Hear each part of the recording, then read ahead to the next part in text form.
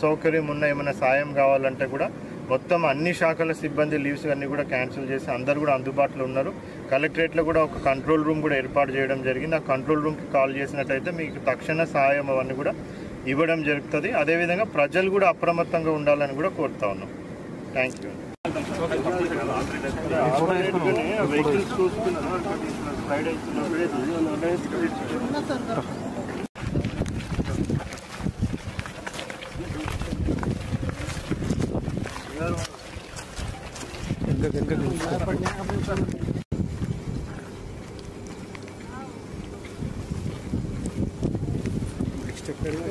వచ్చినప్పుడు ఊర్లోకి కూడా వేరే ఉంటుంది ఒకవేళ మరీ రావాలి